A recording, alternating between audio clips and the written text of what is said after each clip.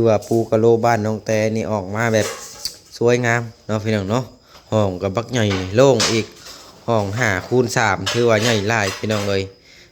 คือซีกะโลนี่จะเป็นลายหินอ่อนแล้วก็จะคล้ายๆแบบว่าคลื่นทะเลก็ว่าได้นะพี่น้องก็ว่ากันไปถือว่าโอเคพี่น้องเอ้ยหลังจากนี้เพิ่นก็มีแต่ว่าเก็บเศษตามแจเนาะพี่น้องเนาะเก็บเศษตามแจบ่อนที่มันยังบ่ทันแล้วนี่แหละก็เกี่ยมมานี่แล้วก็ถือว่าเสร็จสิ้นเนาะส่วนเป็นมาด้านนอกเดี๋ยวให้เบิ่งระหว่างบ่อนที่มุงก็คือตอนนี้ทางลุงแก้วเรากำลังนี่แหละจะทำการ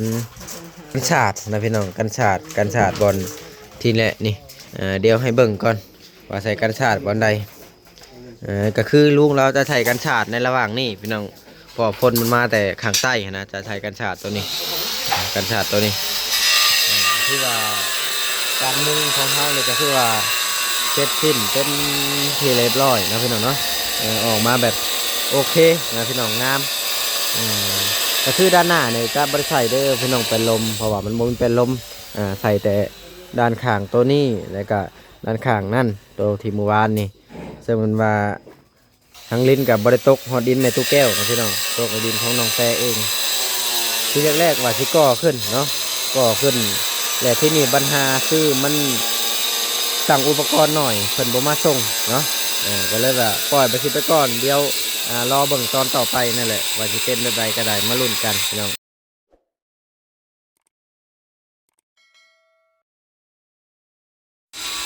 เอาพี่น้องไอ้เซิงเปิดท่ามาตอนนี้ก็เป็นบรรยากาศยามเช้าๆเด้อพี่น้องเอ้ย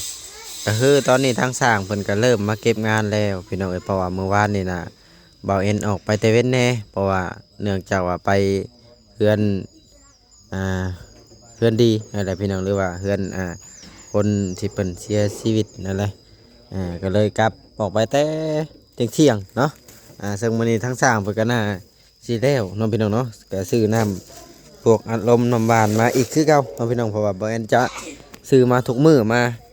ให้ทั้งทีมงานสร้างนี่เลยโอ้เห็นไหมเอาน้องตุ๊กเอาใส่ไว้ให้สร้างกินน้ำกันนั่นแหละบ่แม่นว่าให้ได้สร้างดอกสร้างมันสะอาดเด้อสะอาดบ่เอาใส่คือว่าสร้างเพิ่นมาลงมือแต่เช้าเนาะมื้อนี้เนาะบ่ได้เช้าก็ได้หาก็มาฮอดบ่เพิ่นก็ได้โอ้พอดีอ้ายก็เห็นลุงแก้วอยู่ในนอกนะเอาเดี๋ยวอัปเดตรอบๆก่อนพี่น้องเอ้ยอัปเดตรอบๆเบิ่งบรรยากาศรอบๆก่อนคืออันนี้ไพ่เฮาเสาเอาเด้อพี่น้องเอ้ยอันนี้บ่แม่นว่าต่อมาซื่อๆได้อันนี้เฮาเสาเสาสิเอาเงินให้ทั้งในบ้านเพิ่นเพราะว่าต่อมาเทือนในบ้านหั่นนะนี่แหละถือว่าแล้วเด้พี่น้องเอ้ยมาบัดนี้โอ้ก็นี่แหละที่แรกๆแม่เพิ่นว่าเพิ่นอยากก่อตัวนี้เนาะพี่น้องเนาะก่อกันศาสตร์แต่ที่นี่ปัญหาก็คือเฮาซื้อน้อยนี่เพิ่นบ่มาส่งเรื่องอิฐบล็อกหรือว่าเรื่องแห่ทรายนี่ก็สำคัญเลยพี่น้องเอ้ยเพิ่นบ่มาส่งคันซื้อรถละล้านมาผัดมาเฮ็ดอีกน้อยหนึงผัดทิ่มซื่อๆนะ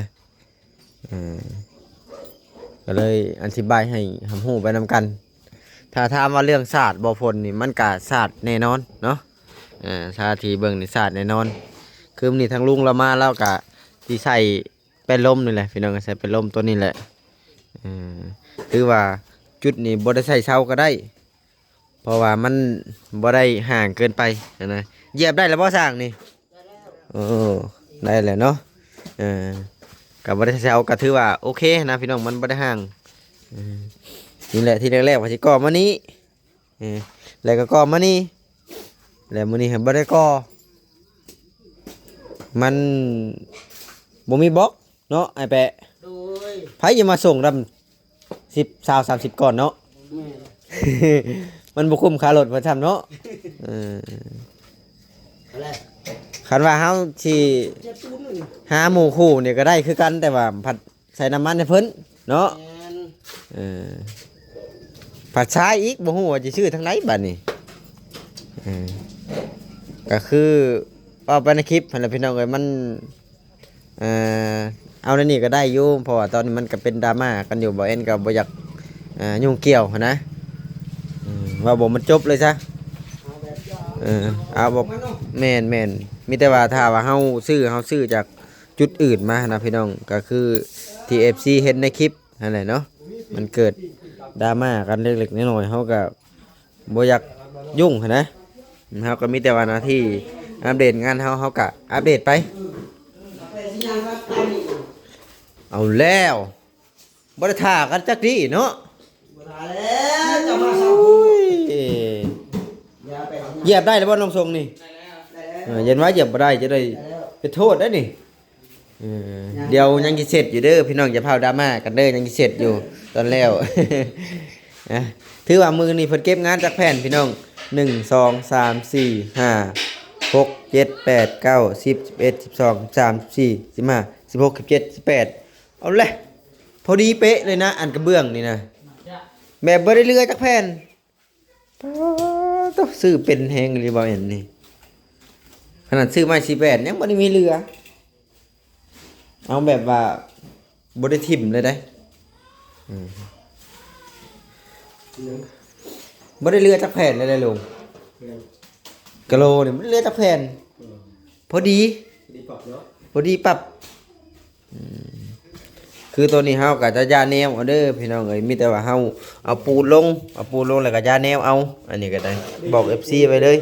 แม่นรีดปูนให้เลยเห็นนะเพราะว่ามันเฮาสิปาดใช้เล็กๆน้อยๆมันขี้ร้ายกว่าเก่าเพราะว่ามันบ่ได้สากปานใดเด้แล้วตัวนี้ได้ใส่ลุงปาดใส่แล้วเนาะตัวนี้เนาะเอาเลยสรุปแล้วมันสิพอบ่ซั่นนี่นะพอบ่ยังเหลือจักแก๊สในนอกนะ3แก๊สโอ้พอคิดว่าเรือ3ทางอยู่ในเรือซะเรือน้อยนึงโอ้ออกมาสีงามบ่ลีลายหินอ่อน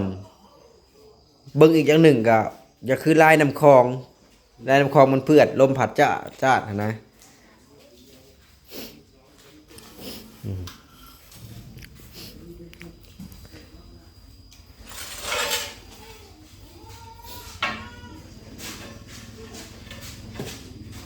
ครับอันนี้เดี๋ยวเช็ดออกพี่น้องมันมีปัญหาดอกมีแต่ว่าเอาเสื้อผ้าหน้าแพร่ตัวเก็บได้ที่ทางนี้เนาะ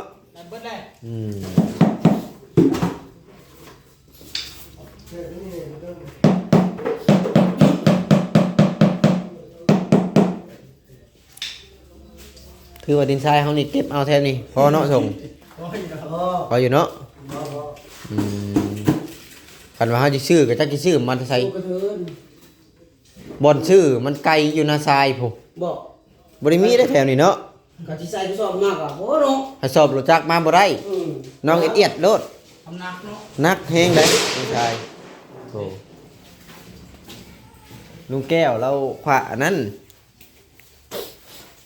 เราก็เฮ็ดตามงบนี่แหละบาทก็คือการซื้อน่ะมันซื้อได้อยู่พี่น้องแต่ว่ามันบ่มีงานเฮ็ดต่อมันสิเสียทิ่มซื่อคือผู้หลักผู้ใหญ่เพิ่นก็โอ้บ่แม่นเพิ่นสิได้เงินมาแบบง่ายๆได้เหตุการณ์เฮ็ดงานคือการพัดก็ได้นอกจากเพิ่นถึกลอตเตอรี่แม่น เดี๋ยวจะให้น้องทรงขึ้นไปตอกให้เด้อน้องทรงเด้อนี่เด้อดอกหนึ่งนะมันหัวมีดอกหนึ่งในนี้แล้วก็ดอกหนึ่งในหั่นนะ2บ่อ1ดอกตอกลงอย่ามันโผล่ขึ้นคือมือนะฮะแหละแม่นมันเป็นหัวล้านหัว2ดอกเลยนี่นะแล้วตัวนี้ไปแล้วเก็บงานแล้วเสร็จชิ้นไปแล้ว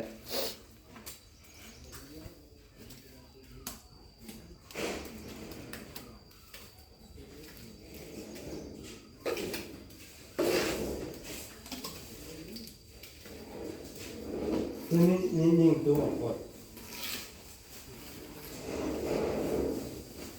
ตัวนี้แต่ทุกวันอะไรที่เราเป็นแต่กะบ้านนี่นะแต่กะยามันแต่กะ เอาไว้เก็บเศษมัน เก็บเศษใส่ แม่นแต่ก็เอาไว้เก็บเศษมันบ่เป็นหยังพี่น้องเอ้ยมันผิดพลาดได้ทุกอย่างอืมเพราะว่าแตกก็สมมุติว่ามันแตกถึงลายเฮาก็ปาดให้มันถึงลายบ่ได้ยากเด้เพิ่นจะแก้ประตูพี่น้องเอ้ยเพราะมันต่ำแล้วให้ได้กบขึ้นนะบัดนี้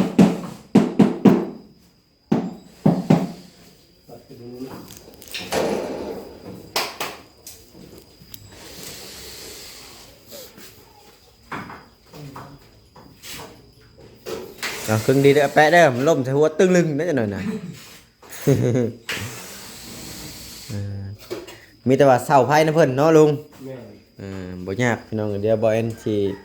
จ่ายไปเรือเท่าใดก็จังว่ากัน ไปเรียนในบ้านเลย แม่น ไปทั้งปกอยู่ทั้งปกเป็นสั่นเสียบมาก่อน เสียมาก่อนแล้วจะการเงินตำลังเนาะ เป็นยังไม่ร่วมอยู่โครงการนี้ ก็บ่เป็นหยังบ่เป็นหยัง ลงเองง่ายๆครับผมว่า เพราะว่าชุดก่อนเฮาก็ไปต่อในเฮือนเพิ่นเนาะ เดี๋ยวผมนอกเลยผมไม่คิดกะ ย่อประกบอยู่นอกเลย ตามลงเลยทางนั้น ให้มาเสื่องน้ำเขียวไว้นี่นะ เกี่ยวกับที่บ้านนี่ ว่า โอ้ตัวซื้อมา2ขวดล่าสุดบ่เอ็นเสื่องไว้คือกันก่อนซะ เพราะว่าเอาติดกะโหลแล้วเอาออกบ่ได้บาด เออ ทากะโหลเอาออกบ่ได้บาดอยากก็บ่ได้กินข้าว นี่แหละเห็นน้องบอยเพิ่นแชทมาว่าอ้าวบ่เห็นเพิ่นว่าใครอัดบ่ได้ก็คือเพิ่นยังบ่ทันแก้ให้ใจเย็น ใครอยู่แต่เราบ่งัก ๆอืม งักโลกเด็กกันยากเลยว่ะลืมบอกให้เพิ่น โอ้นอนก็คักแล้วบัดนี้เนาะลุงห้องมันใหญ่โล่งใหญ่ๆบ่แม่นห้องน้อยๆได้นี่ จะไปเอาปูนไม้เด้อ คิดว่าน่าสิแล้วแต่เช้าอยู่มื้อนี้นะพอดีกินข้าวเที่ยงแล้วก็มื้อเนาะอืมได้หยังกินก็ว่ากันไปพี่น้อง ขี่ได้ก็ลืมสื่อเปิดแต่ว่า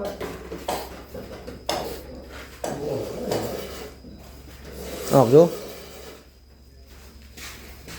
และใจน้ำเที่ยวนี่ เนาะเดี๋ยวเบิ่งลุงเราสิมอบก่อน มีแต่ว่าใส่ไปล้มด้านหน้าแล้วก็แล้วเนาะลุงใส่กันชาติตัวนี้ได้ใส่บ่ได้ใส่บ่ เต้นกระชาย อย่ามาใส่ในข้างนี่ดินี่ดิคันว่าเอาตัวนั้นได้ก็เอาตัวนั้นก็มีแต่ว่าให้น้องเพิ่นไว้ตรงน้ำก็ได้นะ แล้วก็เนี่ยเขาด้าน แหกตัวนั้นก็ได้นะมันบ่ยากดอกก็มีแต่ว่าเอาไว้ให้น้องเพิ่นตรงน้ำเดี๋ยวสิบอกเพิ่นค้ำขึ้นอย่ามันหักเพราะว่าเอ็นสั่งมา2อย่างวันนี้ก็เลยสั่งมาแบบใหญ่เลยบ่ได้ให้เพิ่นเหยียบให้ มันจะง่ายสำหรับเฮาแหกใส่ตัวนั้นแล้วว่าลุงก็เลยว่าโอ้เอาเป็นอันใหญ่โอ้ยเหลื่อมตาแห้งเลยนี่บ่เห็นหุ้งอันนี้ต้องอยู่ด้านนี้ต้องอยู่ด้านนี้พี่น้องเลยถือว่าเพิ่นสิใส่แป้นลมแล้วก็กันชาติตัวนั้นก็ถือว่าเสร็จสิ้นนะ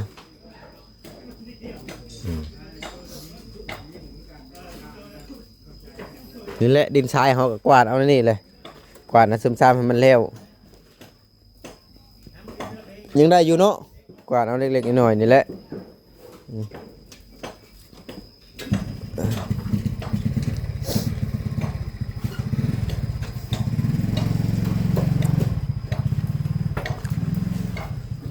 ทีแรกๆว่าจะให้ลุงก่อตัวนี้ปัญหาถ้ากิบชื่อทางไหนบอกก็ได้เล็กๆน้อย ก่อนจะพาชิมมาส่งเนาะ แม่มันน้อย แล้วที่นี่ โอ้รอดจะได้ แม่นบ่ฮอดร้อยมันบ่คุ้มค่าน้ำมันเขาสตาร์ทรถมาทำเนาะ แล้วก็มันก็ยากน้ำแห่ทรายหั่นน่ะลุง มีรถกระบะคือหมู่ใครเนาะ แม่นมีกระบะขมูกให้แน่มันยากน้ำทรายตอนนี้นะก็เลยว่า ไอ้กับ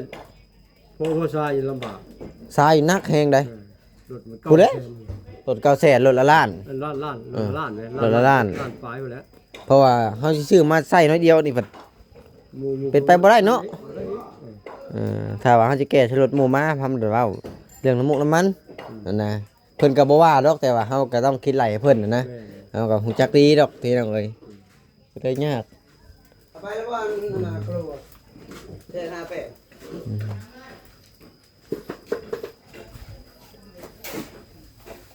เนาะเขาจากว่าเฮาสิก่อจำพี่เนาะลุงก่อจำพี่ก่อจำพี่เลย ใส่ประตูเนาะ ใส่ประตูบ้านนี้ คืออยู่ บ่ใส่ประตูก็ได้นะเนาะเขาจะก่อจำมันแบบได้สั่งซ้ายแหละ ตายแล้วหนึ่ง ซ้ายรถหนึ่งเลยแหละมันกระเทินมันบ่ได้นะมีแต่ว่า เอาเครื่องรถเพิ่นไปมาเลย เพิ่นบ่ส่งได้ข่อยถามแล้ว ไปทำแล้ว เพราะว่าเพิ่นต้องแล่นไปเอาอยู่พุ่นเด้เพราะว่าชายมันบ่ได้มีสำรองอยู่บ่อนเพิ่นค้าขายเด้ มีแต่บ่อนไปแล่นเอาอยู่บ่อนเพิ่นตักเนาะ เพิ่นบ่ได้ซื้อมาตุนไว้ได้ชาย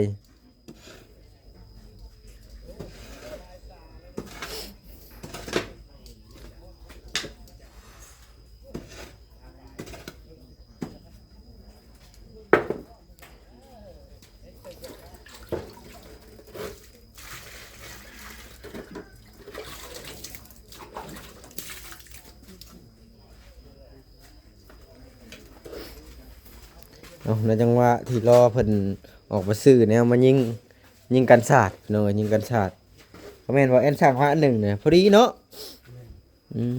ตัวนี้ก็พอดีเป็นโต่งน้ำต้องบอกให้เพิ่นค้ำโต่งก็ได้ ประตูน้ำนั่นประตูน้ำใส่เลย คำบ่ค้ำบ่ได้ฮักแอะนี่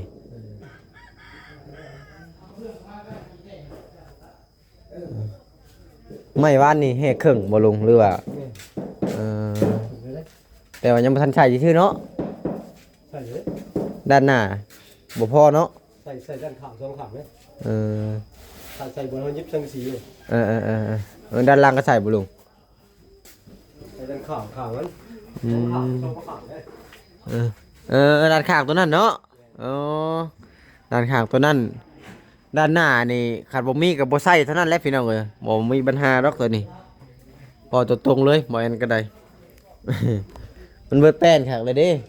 แล้ว เบิดคักเลยแป้นเบิดคักแล้ว อิสระยังเป็นเลยใส่อิสระ แม่นมันเบิดไม่เบิดคักเด้เบิดแบบเกลี้ยงแบบบ่เหลืออีหยังเลย พอดีเลย พอดีถือว่าสิแล้วเลยเด้น่ะ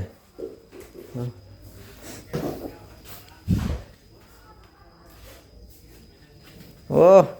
สร้างทรงตัดใส่งามเซยเห็นดิเก็บเศษมันใส่พี่น้องเอ้ยตามแจมันมีแต่ผูกยาแนวกับยาแนวเลยจะหน่อย หมังดี ใส่บังแล้วก็ยาแนวเลยเอาไปมาบ่ฮอดเที่ยงซั่นได้นี่เนาะ แม่ก็พอจะรับเกี่ยวบอดครับตักเลย มีแต่หนังยาแนวเลยเนาะยาแนวทูไปทูมาแถวนี้แหละมันเกลี้ยง อยู่ตัดออกมาแล้วมัน แม่นและมันกระวิดอันนี้เลยเด้มันวิดอันมันเป็นผักทีแรกเป็นผักไปใช่ไหมมันปัดบ่อบัดนี้มันวิดผักกับสบาย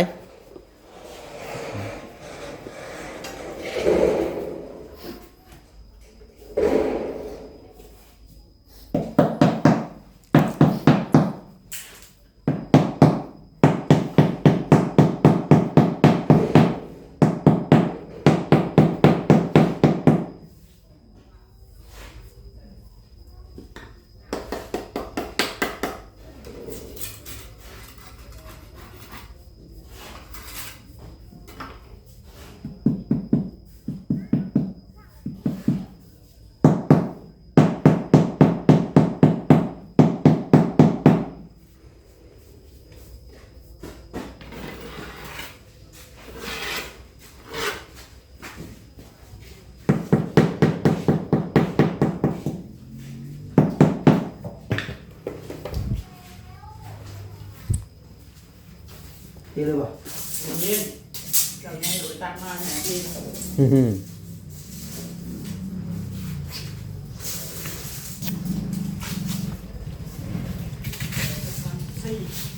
ใช่ในหีท่าได้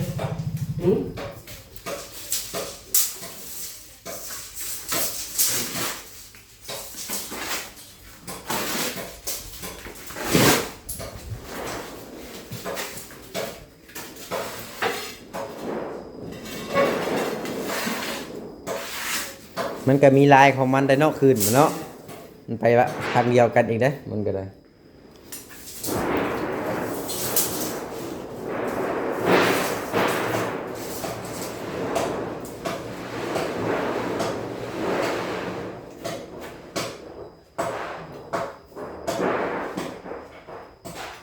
โอ้โหเห็น สูงเลย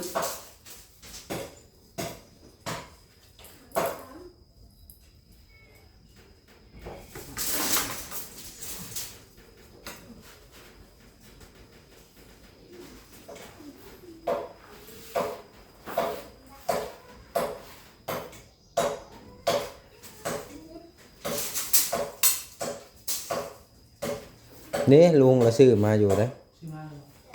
เอาไปเอามาขีดมาก่อนไปเราขีดแล้วเดี๋ยวเจ้าจะทำมากก็ได้ บุ้งมอยเนาะ